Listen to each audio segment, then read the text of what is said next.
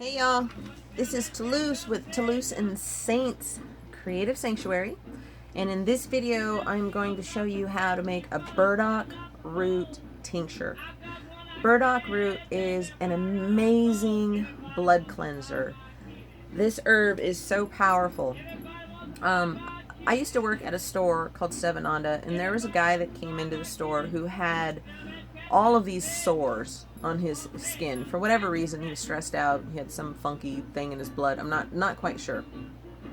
But I mentioned to him the importance of burdock because it does cleanse your blood. So he took my advice and he bought the burdock root. This is what it looks like. And he brewed this in a tea. It kind of tastes like peppery dirt. He brewed it in a tea and came back in about a month later, and the sores on his body had healed. Pretty cool, huh? Well, in this video, I'm going to show you how to make a tincture. Now, mind you, once you make the tincture, it has to brew for 30 days in order for it to have high potency. And once your tincture has brewed, and in 30 days, I'll show you how to strain it and what bottles you need to use. You're only going to use about 5 to 15 drops in water for 2 weeks, and then give your body a rest.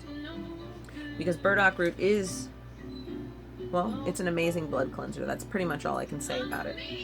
So the first thing you're going to need is your ball or cur jar, whichever, a pint with a sealed lid or airtight sealed lid. This is a root, so this is different from a flower and it's different from a leaf. So you don't need to use 3/4 of it. You only need to use about half the jar, a little bit more. You only need to use half the jar of the actual herb and smush it around a little bit to enliven it. There you go.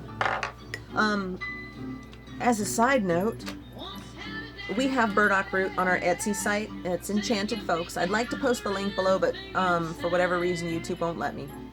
But we do have this herb if you can't find it. If you live in a small town and you're not near any health food stores that sell bulk herbs, you can get it from our Etsy shop. Also, Mountain Rose sells an amazing burdock root. So now that we've got half of our jar, this is an alcohol tincture. So you're going to need 100 proof or more pure grain alcohol. We like to use Everclear. So you're going to fill the jar almost, well, up to this portion of the lid, just before the ridges are there. You fill that sucker up. And make sure that you seal it really, really tight. It's nice and tight.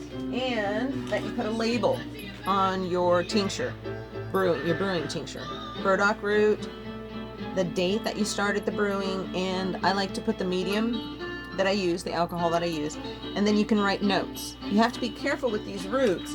Make sure they stay out of sunlight, that you put them in a dimly lit room or a dark room. Sometimes you can put them in a brown paper sack. That way there's no sunlight that gets to them. And in a few days, I'm going to give this a shake, just so that the herb and the alcohol mix together really well. And about every 5 or 6 days after that, shake that up. And this is your burdock root. Remember to subscribe to our channel because we're going to be posting all kinds of tinctures. And also, burdock root has magical spells to it. Burdock root can be used in protection mixed with other herbs. If you like this video and you comment below, I'll send you a spell on how you can use burdock root to protect you. This is Toulouse with Toulouse and Saints Creative Sanctuary. Look for the next video. I think we're going to talk about chase treeberry tinctures. Love you.